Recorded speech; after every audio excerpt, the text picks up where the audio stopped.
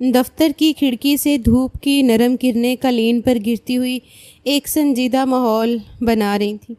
زمان صاحب خاموشی سے اپنے لیپ ٹاپ پر جھکے کام میں مصروف تھے جب اچانک دفتر کے دروازے پر ہلکی سی دستک ہوئی۔ وہ سر اٹھاتے یا اجازت دیتے اس سے پہلے ہی دروازہ کھلا اور ہاشم خان اندر داخل ہوا، ہاتھ میں موبائل، چہرے پر معمولی سی تھکن کے آثار اور لباس میں معمول کی نفاست سی۔ سامنے میز کے پیچھے زمان صاحب بیٹھے ہوئے تھے، سر کے بالوں میں چھوٹی چھوٹی سفید لکیریں اور ماتھے پر گہری سوچ کی شکنیں تھیں۔ انہوں نے لیپ ٹاپ کا اسکرین بند کرتے ہوئے سر اٹھایا اور ہاشم پر نظر ڈالی۔ وہ کچھ کہتا اس سے پہلے ہی وہ قدرے سخت لہجے میں بولے، میں نے تمہیں 1 گھنٹہ پہلے بلایا تھا اور تم اب آ رہے ہو۔ میں اس کمپنی کا CEO ہوں، تمہاری اس حرکت پر تمہیں نوکری سے نکال بھی سکتا ہوں۔ ہاشم نے خفیف سا مسکرا کر انہیں دیکھا اور کرسی کھینچ کر ان کے سامنے بیٹھ گیا۔ بابا، اچانک ایک امپورٹنٹ میٹنگ آ گئی تھی، واقعی جانا ضروری تھا۔ خیر، اب بتائیے کیوں بلایا ہے؟ سب خیریت ہے؟ اور ویسے بھی آپ کے کام سے ہی گیا تھا، اب آپ نوکری سے نکالتے ہیں تو یہ ناانصافی ہے۔ زمان صاحب نے چند لمحے خاموشی اختیار کی۔ اس طرح کی گفتگو پر ہمیشہ زمان صاحب کے چہرے پر مسکراہٹ بکھر جاتی تھی، لیکن آج ان کے چہرے کی سنجیدگی نہ جانے کیوں ہاشم کو بھی ٹھٹکنے پر مجبور کر گئی تھی۔ چند لمحے وہ مکمل خاموش رہے، جیسے لفظوں کو ترتیب دے رہے ہوں، پھر کرسی سے تھوڑا آگے جھک کر بولے، میں تمہارے اور نمرا کے بارے میں کچھ سوچ رہا تھا، سوچا تم سے دفتر میں بات کر لوں۔ گھر میں تو جیسے میدان جنگ بن گیا ہے، موقع ہی نہیں ملتا، اور جتنی امید اور مان مجھے تم سے ہے تم اچھی طرح جانتے ہو، اس دنیا میں مجھے کسی سے نہیں ہے۔ مجھے نہیں معلوم تمہیں میری یہ بات اچھی لگی ہے یا بری، لیکن دیکھو ہاشم، میری بات سے انکار نہیں کرنا، میں بہت امید کے ساتھ تمہارے پاس آیا ہوں۔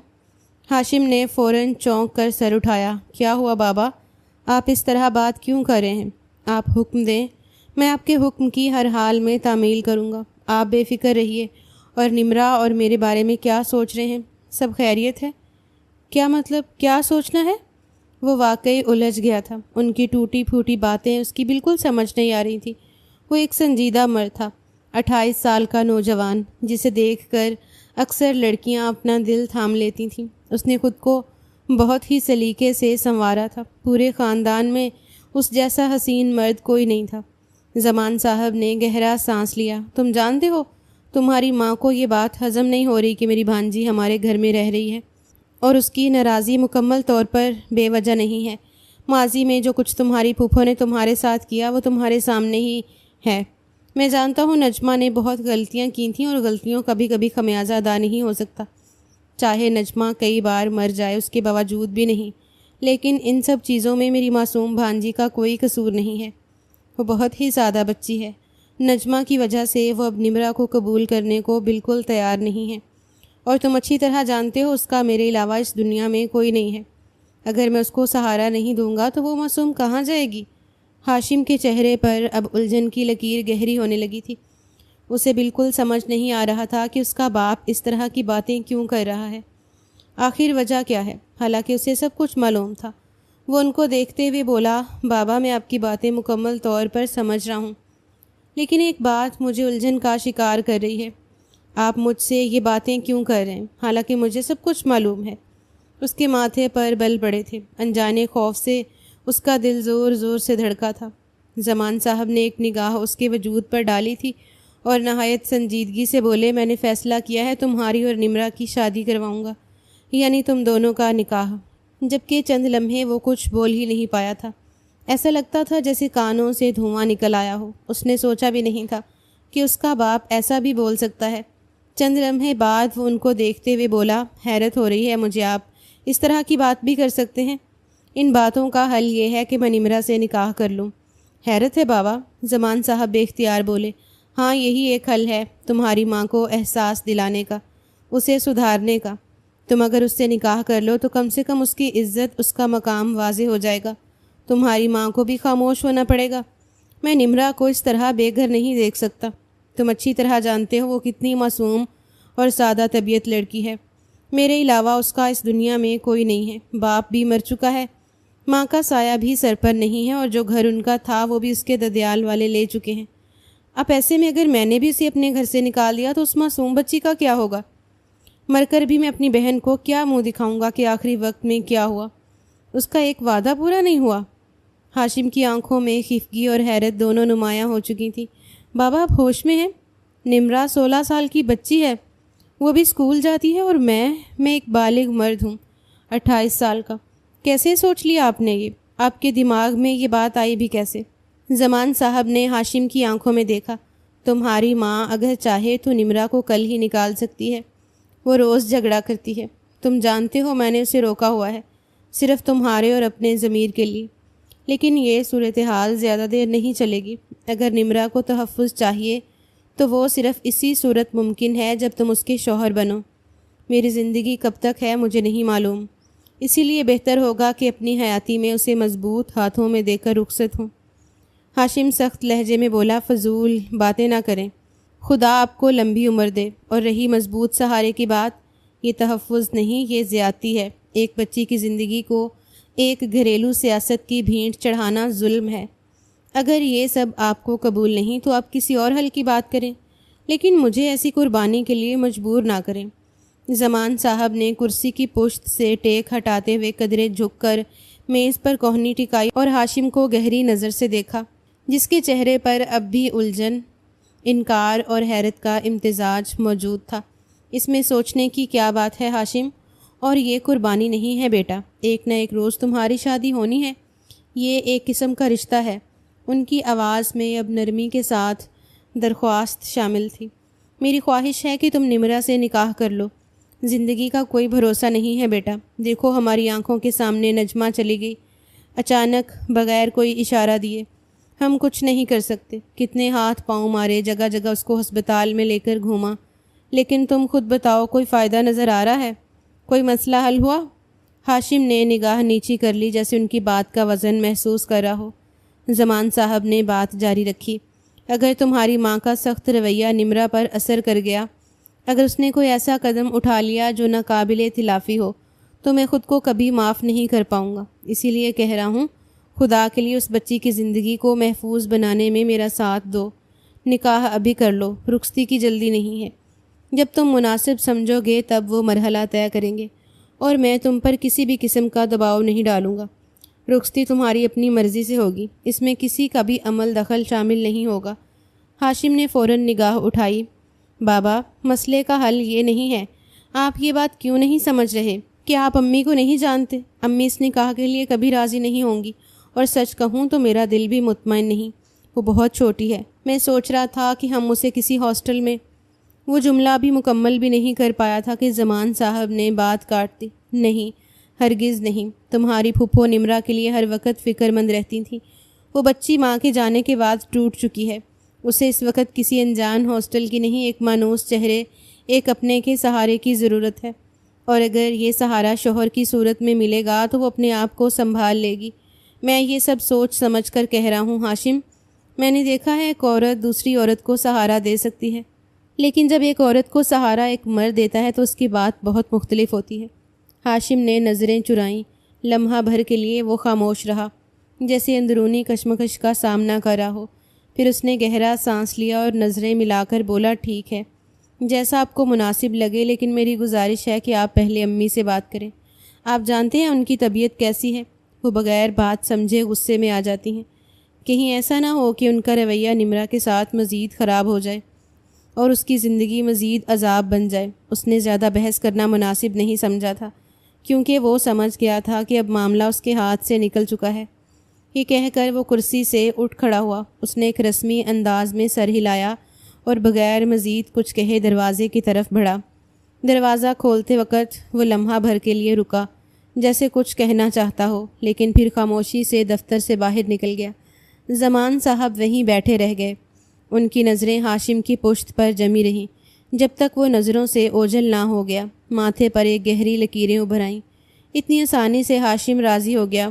وہ آہستہ سے بڑبڑائے جیسے خود سے سوال کر رہے ہوں، جسے منوانا اونٹ کو رکشے میں بٹھانے جیسا ہو۔ وہ اس طرح مان جائے، کچھ نہ کچھ گڑبڑ ضرور ہے جو میں سمجھ نہیں پا رہا۔ نہ جانے کیوں انہیں اب گڑبڑ کا اندیشہ ہونے لگا تھا۔ یہ کچھ دیر پہلے وہ کس طرح کا برتاؤ کر رہا تھا، مگر اچانک سے اس کا راضی ہو جانا ان کی سمجھ سے باہر تھا، مگر فی الحال انہوں نے شکر ہی ادا کیا تھا۔ دفتر کی کھڑکی سے اب دھوپ کا زاویہ بدل چکا تھا۔ دوسری جانب خان ہاؤس میں ایک کمرے میں ہلکی مدھم روشنی جل رہی تھی۔ کھڑکی کے پردے مکمل بند تھے، مگر درمیان سے ایک لکیر کی صورت میں سورج کی روشنی اندر آ رہی تھی، جو سیدھی کارنر میں رکھی کرسی پر بیٹھی نمرا کے چہرے پر پڑ رہی تھی۔ وہ اپنے گھٹنوں میں سر دیے بیٹھی تھی، آنکھیں نم، چہرہ زرد، جسم ڈھیلا۔ 14 دن ہو چکے تھے ماں کو گئے، لیکن ہر دن پہلے سے زیادہ بے رحم ثابت ہو رہا تھا۔ اسے کچھ بھی اچھا نہیں لگتا تھا، نہ کسی کا بات کرنا، نہ کسی کا ہنسنا، اور نہ ہی کسی کا کچھ کہنا۔ وہ بس اپنے آپ میں مگن رہنا چاہتی تھی، لیکن یہ بھی کہاں ممکن تھا۔ پہلے ماں کی جدائی کا دکھ تھا، اب اس کے بعد کی زندگی کا خوف۔ وہ خاموش بیٹھی تھی، لیکن اندر ہی اندر چیخ رہی تھی، اپنے آپ سے سوال کر رہی تھی کہ ماں کے بغیر جینا کیسا ہوتا ہے۔ ابھی وہ اپنے خیالات میں ہی گم تھی جب اچانک دروازہ ایک جھٹکے سے کھلا۔ دھڑک کی آواز نے گویا اس کے دل کو دھڑکا دیا۔ شمائلہ بیگم غصے سے بھری ہوئی کمرے میں داخل ہوئیں۔ ان کی پیشانی پر بل، آنکھوں میں چبھتی ہوئی نفرت اور لبوں پر تانا تیار تھا۔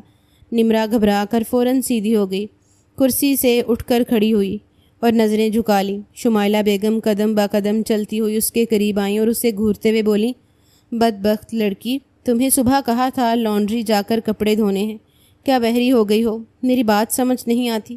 کیا چاہتی ہو کہ ایک بار پھر تم پر ہاتھ اٹھاؤں؟ تمہیں عزت کی زبان سمجھ نہیں آتی؟ تمہیں لگتا ہے کہ میں فارسی بول رہی ہوں یا پھر فضول بول رہی ہوں کہ ایک کان سے سنو اور دوسرے سے نکال دو؟ لڑکی، اگر میرے گھر میں تمہیں رہائش چاہیے تو تمہیں میرے اصول کے مطابق چلنا ہوگا، ورنہ مجھ سے برا کوئی نہیں ہوگا۔ نمرا سہمے ہوئے لہجے میں بولی، ممانی، میں نے تھوڑے کپڑے دھوئے تھے، لیکن میرے ہاتھوں میں جلن ہو رہی تھی۔ مجھے نہیں آتا، امی نے کبھی مجھ سے کپڑے نہیں دھلوائے تھے، میں بس تھوڑی دیر کے لیے ریسٹ کرنے آ گئی تھی، ابھی واپس جا کر باقی کپڑے نپٹاؤں گی۔ آپ آرام کر رہی تھیں، اسی لیے آپ کو نہیں بتایا۔ شمائلہ بیگم نے آگے بڑھ کر اس کا بازو سختی سے تھام لیا۔ ان کی انگلیاں گوشت میں دھسنے لگیں۔ یہ کوئی تمہارے باپ کا گھر نہیں ہے جہاں تم مہرانیوں کی طرح پلنگ توڑتی رہو گی۔ اگر میرے گھر کی چھت چاہیے تو کام بھی کرنا پڑے گا اور میری مار بھی سہنی ہوگی، ورنہ ایک دن بھی یہاں تمہیں رکنے نہیں دوں گی۔ میں نے احسان کیا ہے تم پر، یہ بات اچھی طرح اپنے ذہن میں بٹھا لو کہ ہر دم تمہیں میرے احسان تلے دبنا ہوگا۔ تمہارے ماں باپ مرے ہیں، اس میں میرا کوئی قصور نہیں ہے، اسی لیے اپنے آپ کو ہر چیز کے لیے دماغی طور پر تیار رکھو۔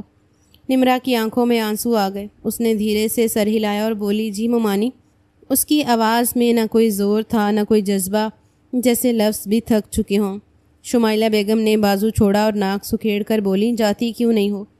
جو کہا ہے وہ جا کر پورا کرو۔ آئندہ بہانے بنائے تو یاد رکھنا کسی یتیم خانے میں بھیج دوں گی، وہاں نہ کوئی چھت ہوگی نہ کھانا، اور ایسے درندے تمہیں ملیں گے جنہیں دیکھ کر تم پناہ مانگو گی۔ سمجھ آئی؟ ددیال نے تو تمہیں منہ تک نہیں لگایا۔ کرتی ہوگی تم کوئی الٹی سیدھی حرکتیں، جبھی تو کوئی تمہاری طرف دیکھنا بھی نہیں چاہتا تھا۔ ماں کے مرنے پر بھی کوئی نہیں آیا۔ عذاب عورت، وہ نفرت امیز لہجے میں بولی۔ ان کے ہر انداز سے صاف جھلک رہا تھا کہ سامنے کھڑی وہ اس دھان پان سی لڑکی سے شدید نفرت کرتی ہے۔ نمرا نے خاموشی سے سر جھکایا اور آہستہ قدموں سے کمرے سے نکل گئی۔ اس کے پیروں میں ہلکی لرزش تھی، دل دھڑک رہا تھا اور آنکھیں مسلسل بہہ رہی تھیں۔ شمائلہ بیگم نے پیچھے سے دروازہ زور سے بند کیا اور غصے سے بڑبڑاتی ہوئی واپس مڑ گئیں۔ کمرے میں ایک بار پھر خاموشی چھا گئی تھی، بس دروازے کی در سے آتی روشنی جو اب بھی اس خالی کرسی پر پڑ رہی تھی، جیسے نمرا کی ادھوری اور بے بس زندگی کا گواہ ہو۔ کمرے میں رات کا سکون تھا، لیکن اس سکون کے نیچے ایک دباؤ چھپا ہوا تھا۔ ایئر کنڈیشنرز کی ہلکی سی مسلسل آواز ماحول کو تھوڑا متوازن رکھے ہوئے تھی۔ دیوار کی گھڑی 10:30 بجا رہی تھی۔ زمان صاحب بستر کی پشت سے ٹیک لگائے موبائل پر خبریں اور ای میلز دیکھ رہے تھے۔ ان کی پیشانی پر ہلکی ہلکی شکنیں وقت اور تھکن کا پتہ دے رہی تھیں۔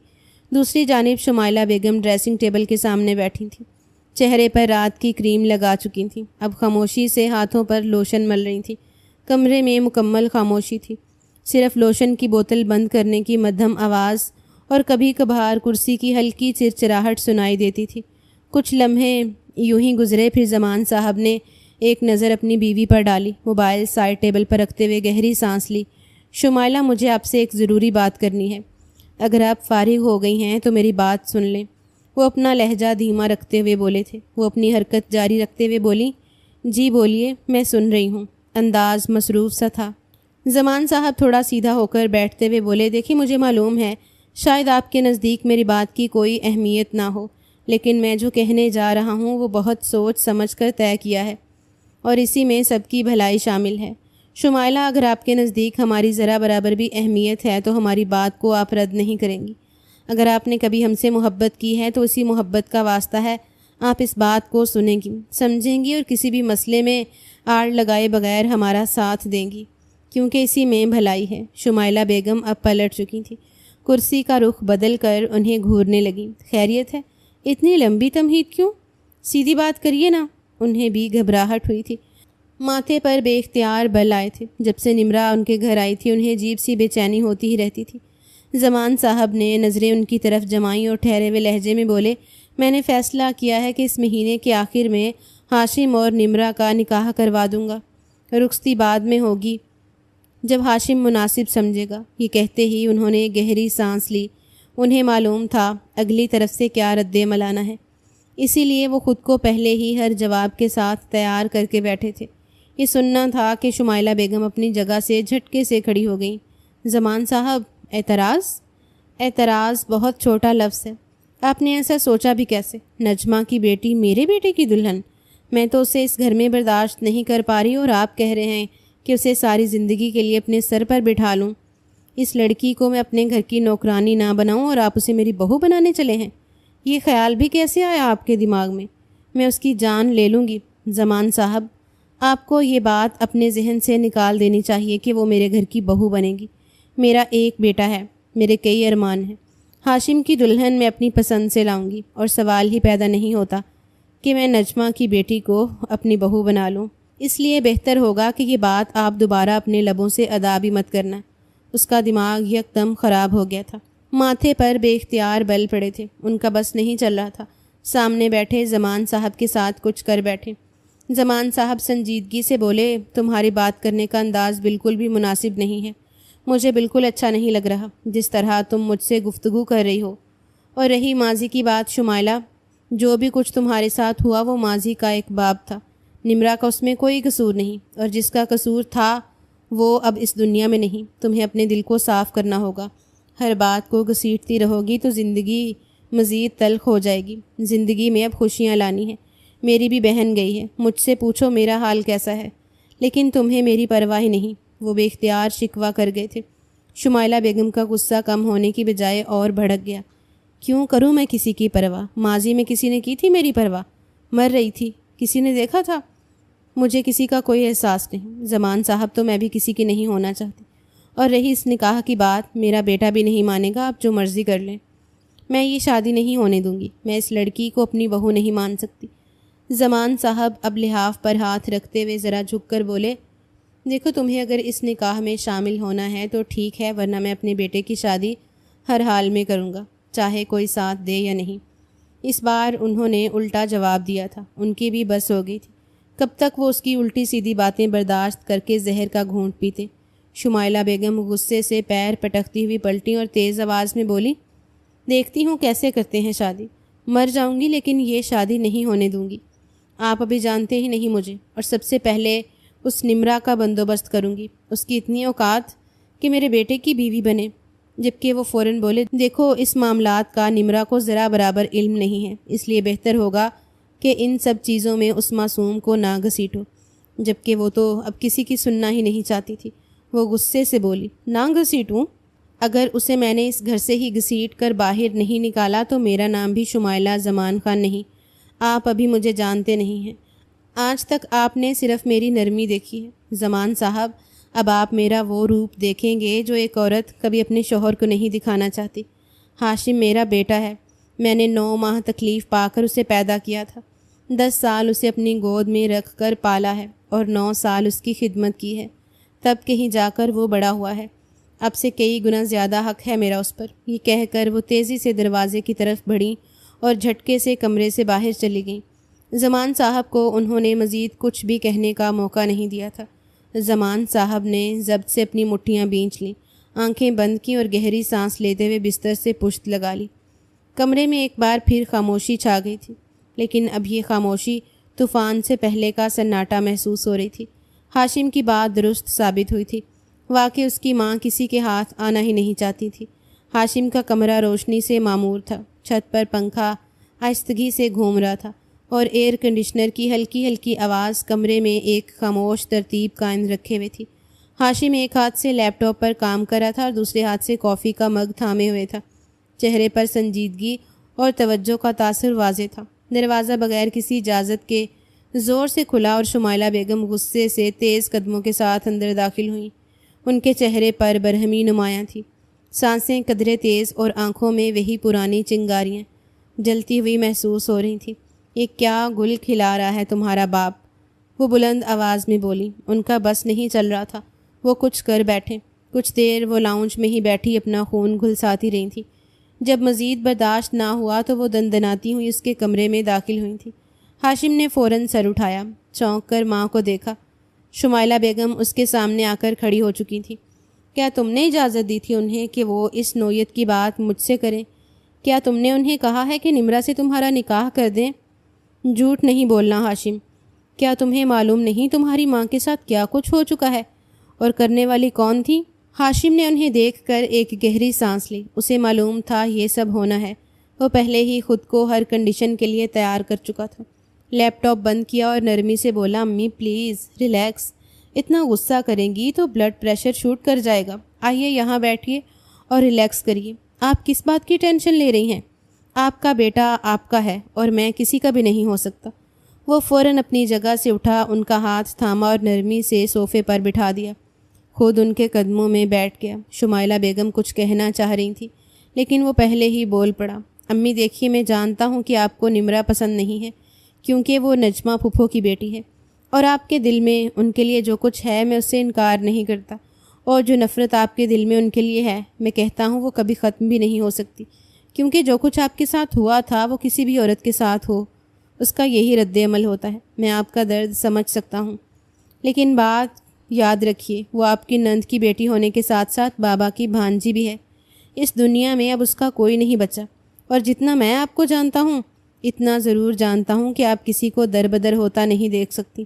جبھی آپ نے بابا کو نمرا کو لانے سے انکار نہیں کیا تھا، کیونکہ مجھے معلوم ہے کئی حد تک آپ کو بھی پتہ ہے وہ کتنی معصوم اور سادہ طبیعت ہے۔ شمائلہ بیگم خاموش تھیں، ان کی سانسیں اب بھی بھاری تھیں، لیکن وہ سن رہی تھیں۔ ہاشم نے بات جاری رکھی، امی میں یہ نہیں کہہ رہا کہ مجھے اس سے کوئی ہمدردی ہو چکی ہے یا میں اس کے لیے کوئی جذبہ رکھتا ہوں، نہیں، میں تو بس ایک حقیقت آپ کے سامنے رکھ رہا ہوں۔ وہ بہت تول کر بات کر رہا تھا، اسے معلوم تھا معاملہ کافی نزاکت بھرا ہے، اسے ہر چیز کو سوچ سمجھ کر ہینڈل کرنا ہے۔ وہ کوئی بیوقوف مرد نہیں تھا جو جذبات میں آ کر ماں کا ساتھ دیتا یا جذبات میں آ کر باپ کا ساتھ دیتا۔ وہ ہمیشہ رشتوں میں توازن رکھنے والا مرد تھا، کب کس کا ساتھ دینا ہے اسے بخوبی آتا تھا۔ وہ ان کو دیکھتے ہوئے سنجیدگی سے بولا، آج کل کی لڑکیاں کیسی ہوتی ہیں آپ کو مجھ سے زیادہ معلوم ہے۔ وہ میرے سامنے میٹھی بنے گی، آپ کے سامنے کچھ اور اگر ان میں سے کوئی میرے دل میں گھر کر گئی تو پھر آپ جو بھی کہیں گی دھیرے دھیرے میرے لیے بے معنی ہونا شروع ہو جائے گا۔ امی آپ کو معلوم ہے میں ہمیشہ پریکٹیکل لائف جینے کا عادی ہوں، ریئلٹی کو ہمیشہ اونچا مقام دیتا ہوں، اس لیے میں ہر حقیقت آپ کے سامنے کھول کر بیان کر رہا ہوں۔ اگر وہ عورت میرے دل میں گھر کر گئی تو شاید میں ان کی بات پر یقین کر بیٹھوں گا، ہمیشہ آپ کو غلط بیان کر کے اس کا ساتھ دوں گا، اور یہی ایک حقیقت ہے۔ ہر شادی شدہ مرد کو یہی کرنا پڑتا ہے تاکہ اس کا گھر آباد ہو سکے۔ شمائلہ بیگم نے گہری سانس لی، آنکھوں میں ہلکی سی نمی چمکی، لیکن وہ اب کچھ بھی نہ بولی۔ وہ اس کو روکنا چاہتی تھیں، اس کی باتیں انہیں تکلیف دے رہی تھیں۔ اپنے بیٹے کے منہ سے محض یہ سننا بھی ان کے لیے عذاب کی مانند تھا۔ وہ مزید بولا، ہاشم نے تو تھوڑا اور جھک کر ان کا ماتھا تھاما، لیکن اگر نمرا میری بیوی بنی تو اس کیس میں سب کچھ الٹ ہو جائے گا۔ وہ پہلے ہی آپ سے ڈرتی ہے، میں اسے تاکید نہ بھی کروں وہ آپ کی عزت کرے گی، وہ کبھی آپ کے سامنے زبان نہیں چلائے گی، نہ میرے دل میں آپ کے خلاف کوئی بات ڈالے گی، کیونکہ اسے معلوم ہے میں آپ سے کتنی محبت کرتا ہوں۔ اور رہی بات خون کی، یہ بات آپ ہی کہتی ہیں۔ نمرا کا باپ بہت ہی مخلص انسان تھا، جس نے نجمہ پھپھو جیسی عورت کو سنبھال لیا تھا، ان کو غلط راہ سے سیدھی راہ پر لے کر آئی تھی۔ امی آپ ہی سوچیے، آپ کو کیسی بہو چاہیے؟ ایک جو آپ کو خوش رکھنے کی اداکاری کرے یا ایک جو واقعی دل سے آپ کی عزت کرے؟ سوچ سمجھ کر جواب دیں، اسی میں آپ کی بھلائی ہے۔ اور میں دعوے سے کہہ سکتا ہوں، دل سے عزت کرنے والی ہی ہمارا گھر آباد بھی کر سکتی ہے اور آپ کا بیٹا بھی آپ سے دور نہیں کر سکتی، کیونکہ اس میں خدا کا خوف ہوگا۔ اسے معلوم ہوگا کہ اگر وہ آج میرے ساتھ یہ سب کرے گی تو کل اس کے سامنے بھی یہی سب آئے گا۔ اسی لیے میں آپ کو دوبارہ تاکید کرتا ہوں، نمرا ایک بہترین آپشن ہے، کیونکہ کب کون بدل جائے کچھ پتہ نہیں امی۔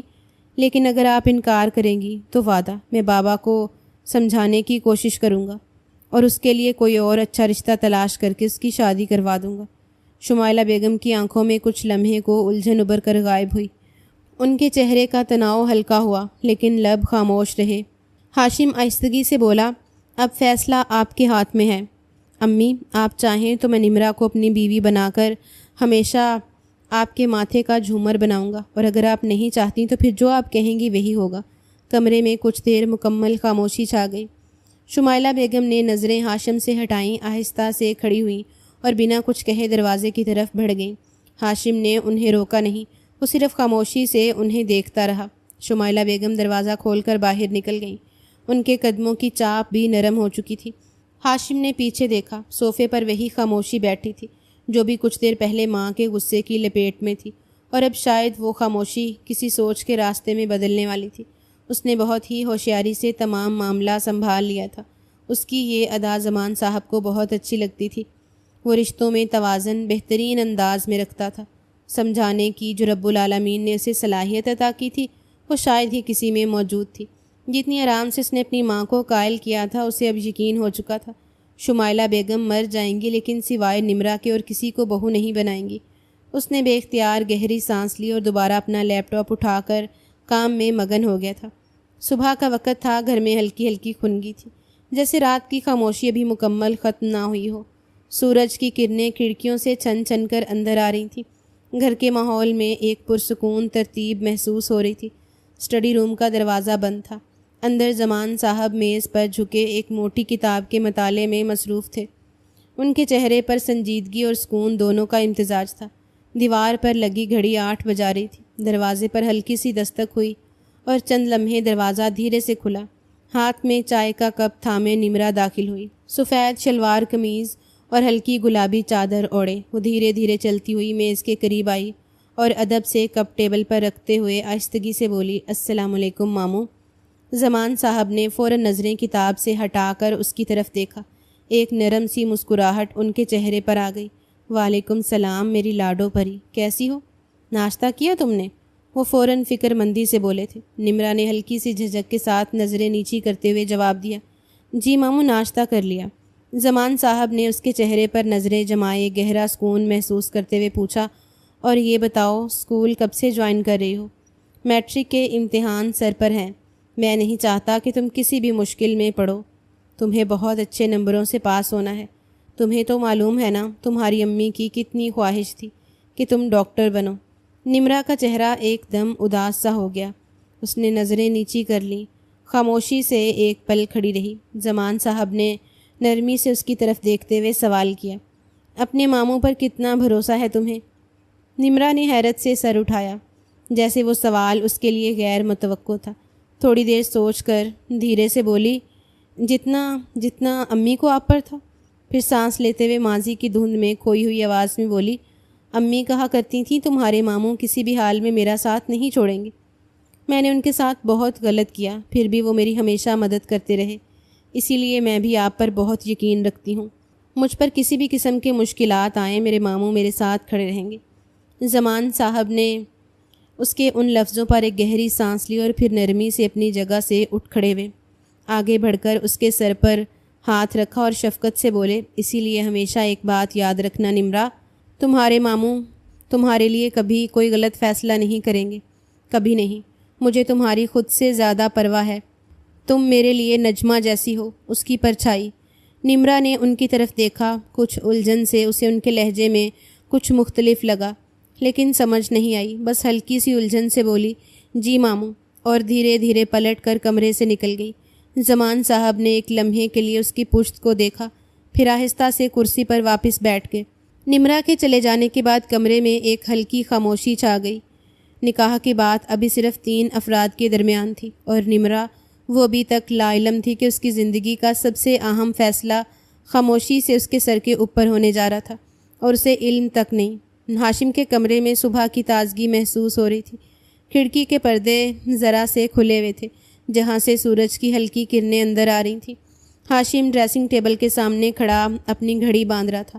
بال ترتیب میں، کپڑے صاف ستھرے اور چہرے پر مکمل مصروفیات کی جھلک تھی۔ دروازے پر ہلکی سی دستک ہوئی اور نمرا ہاتھ میں ناشتے کی ٹرے لیے اندر داخل ہوئی۔ اس کی چال دھیمی، آواز مدھم اور انداز ہچکچاہٹ بھرا تھا۔ السلام علیکم بھائی۔ ہاشم نے آئینے میں اسے دیکھا اور مختصر سا جواب دیا، وعلیکم السلام۔ نمرا نے ٹرے میز پر رکھی اور خاموشی سے پلٹنے لگی تھی کہ پیچھے سے ہاشم کی آواز نے اسے روک دیا۔ ٹھہرو، میری بات سنو۔ نمرا رک گئی، قدم وہیں جما دیے۔ چہرے پر خوف اور الجھن کی جھلک صاف تھی۔ وہ کچھ بولنے ہی والی تھی کہ ہاشم نے اگلا سوال کیا، ہاتھ میں کیا ہوا ہے؟ لہجہ تشویش زدہ تھا۔ اس نے فوراً دوپٹے کا پلو کھینچ کر اپنا ہاتھ چھپا لیا، لیکن ہاشم دیکھ چکا تھا۔ قدم با قدم چلتا ہوا وہ اس کے قریب آ گیا اور نرمی سے اس کا ہاتھ تھام لیا۔ نمرا نے جھجکتے ہوئے آنکھیں نیچی کر لی۔ کپڑے دھوئے تھے تم نے؟ اس نے سر کو ہلکی سی جنبش دی۔ ہاشم نے ہاتھ پر نظر ڈالی، چھوٹے چھوٹے چھالے نمایاں تھے، جلد سرخ تھی اور جلن کی نشانیاں واضح تھیں۔ وہ آہستہ سے صوفے کی طرف لے گیا۔ آؤ بیٹھو، ہاتھ میں زخم ہو رہے ہیں اور تم کام کر رہی ہو۔ ادھر بیٹھو، ناشتہ کرو میرے ساتھ۔ وہ تھوڑا سختی سے بولا۔ نمرا نے نرمی سے انکار میں سر ہلایا۔ نہیں بھائی، مجھے ممانی کے لیے چائے بنانی ہے۔ ہاشم نے اس کے انکار کو سنا لیکن نظر انداز کرتے ہوئے بولا، بن جائے گی چائے، بہت ملازم ہیں اس گھر میں۔ تم پہلے میری طرف دیکھو۔ نمرا نے ہلکی سی نظر اٹھائی پر نظریں جمی نہ رہ سکیں۔ کیا ہوا؟ رات کو روئی تھی؟ لہجے میں فکر کا عنصر تھا۔ اس کی آنکھیں سوجی ہوئی تھیں۔ وہ فوراً نفی میں سر ہلا گئی۔ ہاشم کی آواز اب ذرا سنجیدہ ہو گئی۔ مجھے جھوٹ پسند نہیں ہے نمرا۔ اس کے چہرے پر ندامت سی آ گئی، نظریں جھک گئیں، آواز مدھم ہوئی۔ میں جتنا بھی خود کو ٹھیک رکھنے کی کوشش کرتی ہوں، کچھ نہ کچھ ایسا ہو جاتا ہے کہ ممانی ناراض ہو جاتی ہیں۔ مجھے سمجھ نہیں آتا ان کے ساتھ کیسے ٹھیک رہوں۔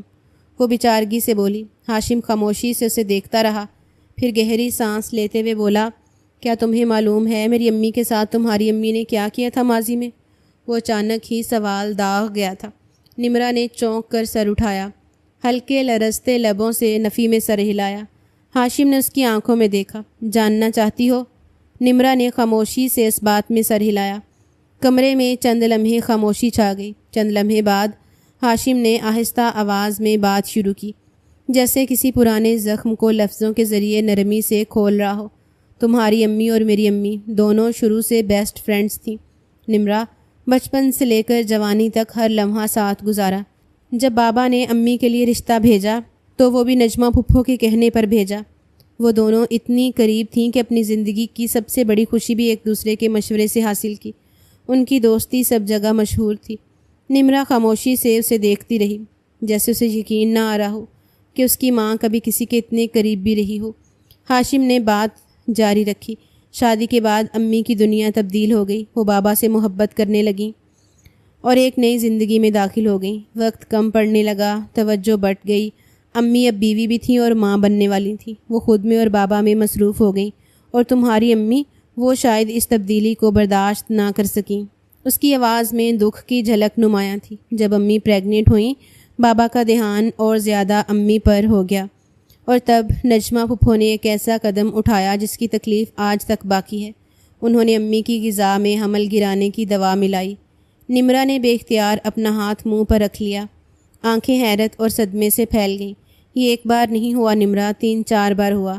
امی بار بار بے اولاد ہو کر رہ گئیں۔ جب امی نے نجمہ پھپھو کو خود پکڑا تو وہ مکر گئیں۔ بابا بھی سب کچھ دیکھ چکے تھے، بس پھر وہ رشتہ ختم ہو گیا۔ تمہاری امی کی جلدی شادی کروا دی گئی۔ وہ لمحے بھر کو رکا، پھر گہری سانس لیتے ہوئے بولا، اور پھر میں پیدا ہوا، امی کی پہلی اور آخری اولاد۔ میری پیدائش کے بعد وہ کبھی دوبارہ ماں نہیں بن سکی۔ شاید اسی لیے نمرا وہ تمہیں برداشت نہیں کر پاتی۔ ہر بار تمہیں دیکھتی ہیں تو انہیں وہ دن یاد آتے ہیں جب وہ ماں بننے کی کوشش میں بار بار ٹوٹیں۔ نمرا کا رنگ زرد پڑ چکا تھا۔ وہ کچھ لمحے چپ چاپ کھڑی رہی، پھر جیسے الفاظ نے اس کے اندر کا بوجھ باہر نکالا۔ میری زندگی میں کبھی بھی خوشی کیوں نہیں رہتی؟ اس کی آواز بھرا گئی۔ میری اپنی ماں نے میری خوشیاں چھین لی، یعنی میں ان کی وجہ سے نفرت کا وار سہتی آ رہی ہوں۔ وہ کہہ کر خاموشی سے پلٹی اور دھیرے دھیرے کمرے سے نکل گئی۔ اس کی چال میں بوجھ تھا، جیسے کوئی برسوں کا دکھ ایک لمحے میں کندھوں پر آ گیا ہو۔ ہاشم نے چند لمحے بعد گہری سانس لی، پھر آہستہ سے خود کو بولا، بس ایک بار میرے نکاح میں آ جاؤ نمرا، پھر تمہیں ساری دنیا سے چھپا کر اتنی خوشیاں دوں گا کہ تم سمیٹتے سمیٹتے تھک جاؤ گی۔ کمرے میں پھر خاموشی چھا گئی تھی، لیکن اس خاموشی کے نیچے اب ایک وعدہ سانس لے رہا تھا۔ ڈائننگ ٹیبل پر خاموشی چھائی ہوئی تھی۔ صبح کا وقت تھا، ناشتہ مکمل طور پر لگا ہوا تھا۔ ابلے انڈے، پراٹھے، مکھن، چائے اور ساتھ میں تازہ اخبار کا ایک طے کیا ہوا پرچہ میز کے کنارے پر رکھا ہوا تھا۔ زمان صاحب چائے کی پیالی اٹھائے ہلکی چسکیاں لے رہے تھے، جبکہ شمائلہ بیگم خاموشی سے پراٹھے کے کنارے کو چاقو سے تراش رہی تھیں، مگر ان کے چہرے پر سوچ کی لکیریں نمایاں تھیں۔ چند لمحے اسی خاموشی میں گزر گئے، پھر اچانک شمائلہ بیگم نے نظریں زمان صاحب کی طرف اٹھائیں اور ہلکی آواز میں بولی، زمان، مجھے آپ سے ایک بات کرنی ہے۔ زمان صاحب نے نرمی سے گردن موڑ کر ان کی طرف دیکھا، لیکن بولنے سے پہلے ہی جیسے ان کے دل کی بات زبان پر آ گئی۔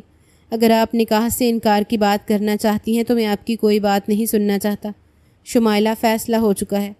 شمائلہ بیگم نے فوراً نرمی سے سر ہلایا، نہیں نہیں، ایسی کوئی بات نہیں ہے، میں اسی رشتے کے حوالے سے ہی بات کرنا چاہتی ہوں۔ زمان صاحب نے اب قدرے دلچسپی سے انہیں دیکھا، تو پھر کہیے۔ شمائلہ بیگم نے چائے کا کپ ہاتھ میں لیا، ایک ہلکی سی سانس لے کر گویا ہوئیں، ساری رات میں نے اس بارے میں سوچا ہے، ہر پہلو کو بار بار ذہن میں گھمایا، تب جا کے کہیں دل یہ مانا کہ شاید آپ کی بات درست ہے۔ نمرا واقعی ایک بہترین آپشن ہو سکتی ہے۔ وہ بچی معصوم بھی ہے، خاموش بھی، اور گھر کی فضا کے مطابق بھی ڈھل سکتی ہے۔ زمان صاحب کے چہرے پر ہلکی سی خوشی کی جھلک آئی، تو آپ اس فیصلے سے متفق ہیں؟ شمائلہ بیگم نے اس بات میں سر ہلایا، ہاں، مگر ایک بات ہے، وہ بہت چھوٹی ہے زمان صاحب نے نرمی سے جواب دیا، آپ کو اس کی فکر کرنے کی ضرورت نہیں، ہاشم کافی سمجھدار ہے، وہ کوئی غیر ذمہ دار نوجوان نہیں ہے، اور ابھی صرف نکاح ہو رہا ہے، رخصتی کی تو بات ہی نہیں ہے۔ جب نمرا انٹر کر لے گی تب جا کے ہم رخصتی کی بات کریں گے، تب تک وہ ذہنی طور پر بھی کچھ سنبھل چکی ہوگی۔ شمائلہ بیگم نے ایک نظر ان کے چہرے پر ڈالی، پھر چائے کی پیالی کو ہونٹوں سے لگاتے ہوئے دھیمی آواز میں بولی، آپ کی بات میں نے پہلے کب ٹالی ہے جو اب ٹالوں گی، آپ بے فکر رہیں، جو آپ نے طے کیا ہے میں اس کے خلاف نہیں جاؤں گی۔ زمان صاحب نے چند لمحے انہیں بغور دیکھا۔ شمائلہ بیگم کے لبوں پر ایک ہلکی سی مصنوعی مسکراہٹ تھی، جس میں جذبہ کم اور برداشت کا تاثر زیادہ محسوس ہو رہا تھا۔ زمان صاحب نے نظریں پھیر لیں، مگر دل میں ہلکی سی الجھن باقی رہی، جیسے کچھ نہ کچھ اب بھی غیر واضح تھا، جیسے کہیں کچھ ایسا تھا جو لفظوں کے درمیان چھپا بیٹھا تھا، اور وہ بات صرف وقت ہی بتا سکتا تھا۔ نمرا کے کمرے کی فضا خاموش اور اداس تھی، سفید پردے بے جان سے کھڑکی پر لٹک رہے تھے، اور کمرے میں دھوپ کی ایک مدھم سی لکیر فرش پر گری ہوئی تھی۔ نمرا بستر کے کونے پر بیٹھی تھی، اس کا چہرہ آنسوؤں سے تر تھا، دوپٹے کا پلو ہاتھ میں مروڑتی وہ کسی گہری سوچ میں گم تھی۔ ہلکی ہلکی سسکیاں کمرے کی خاموشی کو توڑ رہی تھیں۔ دروازے پر آہستگی سے دستک ہوئی اور زمان صاحب اندر داخل ہوئے۔ ان کی نظر جیسے ہی بستر پر بیٹھی نمرا پر پڑی، دل تڑپ گیا۔ وہ تیزی سے آگے بڑھے، اس کے قریب بیٹھ کر نرمی سے اس کے سر پر ہاتھ رکھا۔ کیا ہوا بچے، کیوں رو رہی ہو؟ نمرا نے بھیگی آنکھوں سے انہیں دیکھا، ہونٹ کپ کپائے۔ ماموں، میری امی نے ماضی میں ممانی کے ساتھ اتنا کچھ کیا، یہ سب کچھ کتنی غلط بات ہے، آپ نے امی کو کبھی روکا کیوں نہیں؟ وہ بے اختیار پوچھ گئی تھی۔ زمان صاحب نے ایک لمحے کے لیے گہری سانس لی۔ تمہیں یہ سب کس نے بتایا؟ ہاشم بھائی نے، اس نے سادہ لہجے میں جواب دیا۔ زمان صاحب چند لمحے کچھ بول نہ سکے، پھر نرم لہجے میں گویا ہوئے، نمرا، یہ سب ماضی کا قصہ ہے، ایک ایسا باب جو بند ہو چکا ہے اور جس کو یاد کر کے صرف دکھ ہی ملتا ہے۔ تمہاری امی میری بہن تھی، میں نے ہمیشہ انہیں بچانے کی کوشش کی، لیکن کچھ باتیں وقت اور قسمت سے جڑی ہوتی ہیں، ان پر ہمارا بس نہیں چلتا۔ خیر، زمان صاحب نے اس کا ہاتھ تھاما، میں تم سے ایک اور بات کرنے آیا ہوں۔ نمرا نے سوالیہ نظروں سے ان کی طرف دیکھا۔ جی ماموں، کوئی کام ہے؟ نمرا، تم مجھ پر کتنا یقین رکھتی ہو؟ آج پھر دوبارہ وہی سوال کر رہا ہوں۔ بہت، اس نے فوراً جواب دیا۔ امی ہمیشہ کہتی تھیں کہ ماموں کبھی غلط فیصلہ نہیں کریں گے۔ زمان صاحب کے چہرے پر ہلکا سا تبسم پھیلا۔ تو بس اسی بھروسے پر ایک بات مان لو، میں چاہتا ہوں کہ تم اور ہاشم نکاح کر لو، ابھی صرف نکاح، رخصتی کی بات بعد میں ہوگی، جب تم چاہو گی، جب تم تیار ہوگی۔ نمرا نے چونک کر سر اٹھایا۔ ممانی کبھی نہیں مانے گی، اور ہاشم بھائی مجھ سے بہت بڑے ہیں۔ مجھے پتہ ہے، وہ نرمی سے بولے، لیکن یہ رشتہ تمہارے لیے تحفظ ہے، تمہارے لیے عزت کا ایک چھپر ہے۔ میں نہیں چاہتا کہ کوئی تم پر انگلی اٹھائے یا تمہاری زندگی میں کسی قسم کی بے چینی آئے، لیکن نہیں نمرا، میری بات سنو۔ انہوں نے اس کے دونوں ہاتھ تھام لیے۔ میری زندگی کا سکون تم سے جڑا ہے۔ میں نے تمہاری ماں سے وعدہ کیا تھا کہ تمہاری حفاظت کروں گا، اور اب میں چاہتا ہوں کہ تمہاری زندگی ایک مضبوط بنیاد پر کھڑی ہو۔ ہاشم تمہارا بھائی نہیں، وہ ایک ایسا شخص ہے جو تمہیں عزت دے گا، تمہارا خیال رکھے گا، تمہیں بھروسہ کرنا ہوگا۔ نمرا نے نظریں جھکا لیں۔ وہ کچھ کہنے کے لیے الفاظ تلاش کر رہی تھی، لیکن آنکھوں کے کنارے بھیگ چکے تھے۔ ماموں، اس نے دھیمی آواز میں کہا، اگر آپ کہتے ہیں تو ٹھیک ہے۔ زمان صاحب نے اس کے سر پر ہاتھ رکھا۔ میرے بچے، تم دیکھنا، یہ فیصلہ تمہیں کبھی غلط نہیں لگے گا۔ کمرے میں خاموشی چھا گئی، لیکن اس خاموشی میں ایک نیا آغاز سانس لینے لگا تھا، اور پھر وہی ہوا تھا جو طے پایا تھا۔ لاؤنج آج خاص طور پر سجا ہوا تھا۔ دیواروں پر ہلکی پھلکی آرائش، میز پر تازہ پھولوں کی سادہ مگر خوبصورت سجاوٹ، اور صوفوں کی ترتیب ایک پرسکون اور باوقار ماحول پیدا کر رہی تھی۔ خاندان کے چند قریبی رشتہ دار چپ چاپ بیٹھے تھے۔ سب کی نگاہیں اس جوڑے پر مرکوز تھیں جو آج نکاح کے بندھن میں بندھنے جا رہا تھا۔ صوفے پر ہاشم اور نمرا ایک دوسرے کے برابر بیٹھے تھے، مگر درمیان میں کچھ فاصلہ تھا۔ ہاشم سفید شلوار قمیض اور واسکٹ میں خاصا سنجیدہ اور پرامن دکھائی دے رہا تھا۔ دوسری طرف نمرا سرخ اور سفید امتزاج والے خوبصورت لباس میں بالکل گمسم سی لگ رہی تھی۔ اس کا سر لال دوپٹے سے ڈھکا ہوا تھا، نظریں نیچی اور ہاتھ آپس میں الجھے ہوئے۔ مولوی صاحب نے چند رسمی دعاؤں کے بعد نکاح کی کارروائی کا آغاز کیا۔ خاموشی چھا گئی۔ مولوی صاحب نے نمرا کی طرف دیکھا اور نرم لہجے میں بولے، نمرا ولید، آپ کا نکاح ہاشم خان ولد زمان خان سے طے کیا جا رہا ہے، آپ کو قبول ہے؟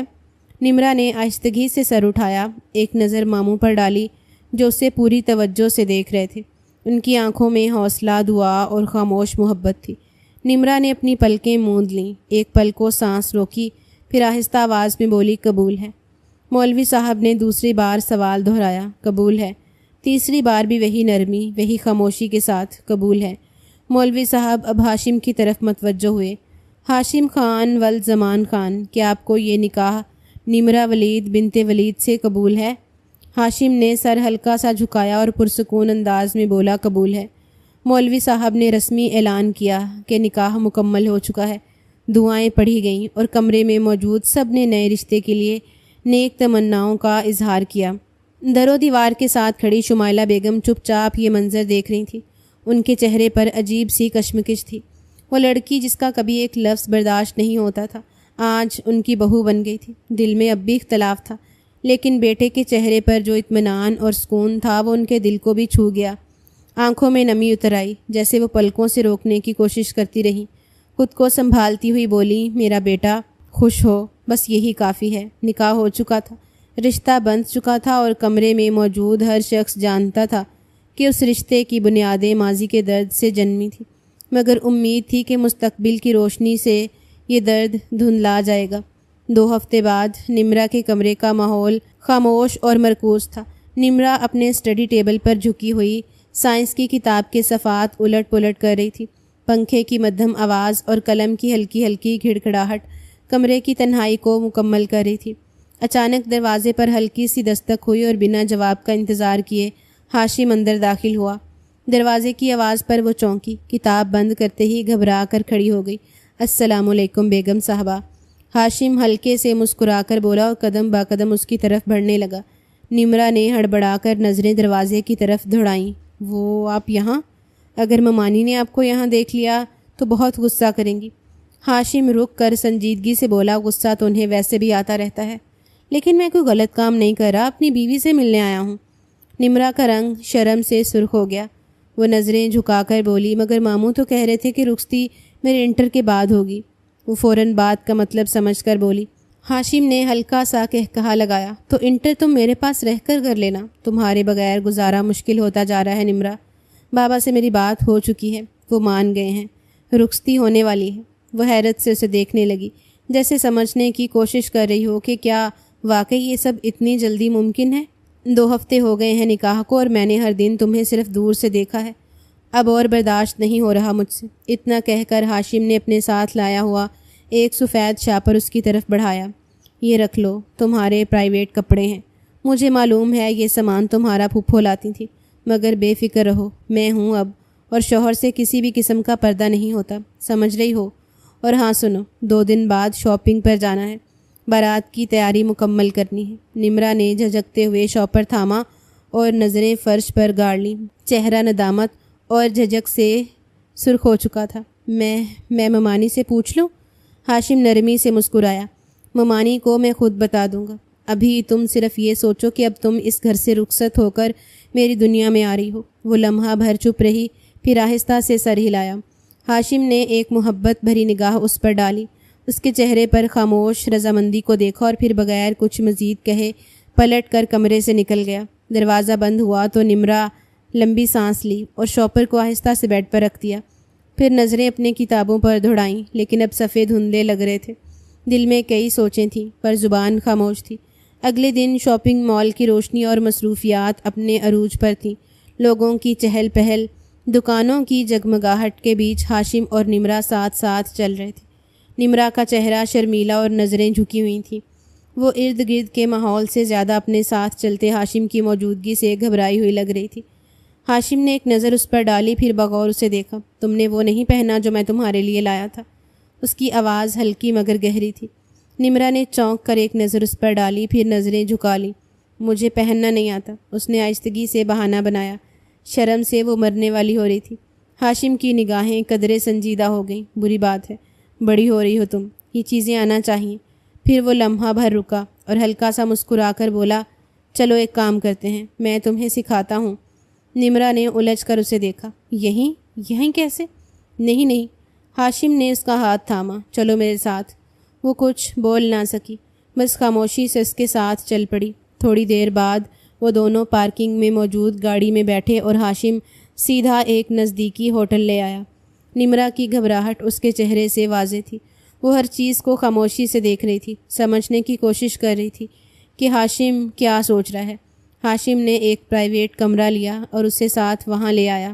دروازہ بند ہونے کی آواز جیسے نمرا کے دل کی دھڑکن بڑھا گئی تھی۔ کمرے میں آ کر ہاشم آہستگی سے بولا، چلو آئینے کے سامنے کھڑی ہو جاؤ، میں تمہیں سکھاتا ہوں کہ یہ کپڑے کس طرح پہنے جاتے ہیں۔ وہ آہستہ آہستہ آئینے کے سامنے آئی، مگر اس کے ہاتھ کانپ رہے تھے۔ جب ہاشم نے اس کی قمیض کی طرف ہاتھ بڑھایا، وہ بے اختیار پلٹی اور اس کے سینے سے لگ گئی۔ ہاشم چند لمحے ساکت رہ گیا، جیسے الفاظ گم ہو گئے ہوں۔ نمرا کی آواز ٹوٹی ہوئی تھی، مجھے معلوم ہے آپ کیا چاہ رہے ہیں، شادی کے بعد شوہر اور بیوی کے درمیان کیا تعلق ہوتا ہے، اور آپ مجھ سے کیسا تعلق بنانا چاہتے ہیں میں سب سمجھتی ہوں، لیکن مجھے بہت ڈر لگ رہا ہے۔ ہاشم نے نرمی سے پوچھا، کس بات سے ڈر لگ رہا ہے؟ شوہر کے قریب آنے سے۔ نمرا نے سر نفی میں ہلایا، نہیں، آپ کے قریب آنے کے بعد جو کچھ میری زندگی میں ہوگا اس سے ڈر لگ رہا ہے۔ ہاشم نے الجھن سے اس کی طرف دیکھا۔ کیا مطلب ہے؟ نمرا کی آنکھوں سے آنسو بہنے لگے۔ جب میں آپ کے قریب آ کر آپ کے بچے کی ماں بنوں گی، جب میرے جسم میں زندگی آ جائے گی، تب ممانی میرے بچے کو بھی ختم کر دیں گی۔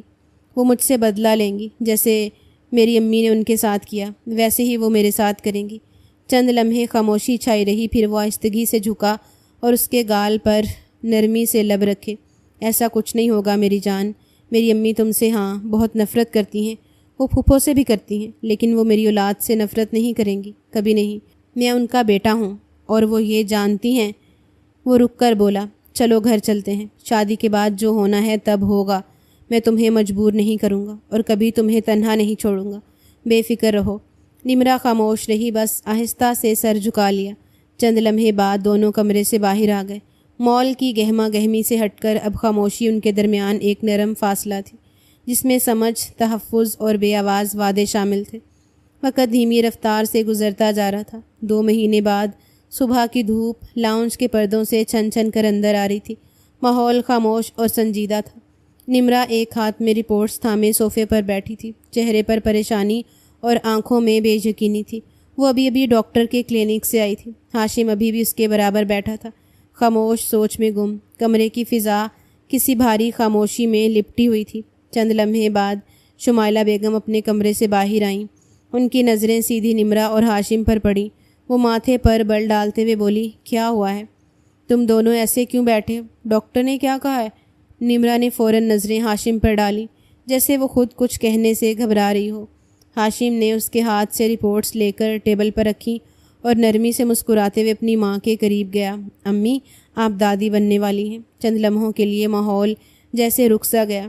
شمائلہ بیگم کی آنکھیں حیرت سے پھیل گئیں۔ وہ کچھ بول ہی نہ سکی۔ ان کی نظریں پہلے نمرا پر اور پھر ہاشم پر گئیں، اور پھر ایک عجیب سی نمی ان کی آنکھوں میں آ گئی۔ انہوں نے تیزی سے قدم بڑھائے اور نمرا کے پاس جا کر جھکیں۔ بنا کچھ کہے اس کے ماتھے پر پیار کیا اور ہلکے سے اس کا ہاتھ تھام لیا۔ کیا تم سچ کہہ رہے ہو؟ ہاشم فوراً بولا، جی امی، یہ جھوٹ بولنے والی بات ہے بھلا؟ جبکہ وہ نم آواز میں بولی، مجھے سمجھ نہیں آ رہا میں کیا بولوں۔ وہ بھرائی آواز میں بولی، میرے ہاتھ کانپ رہے ہیں، میں دادی بننے والی ہوں، میرے گھر میں رونق آنے والی ہے۔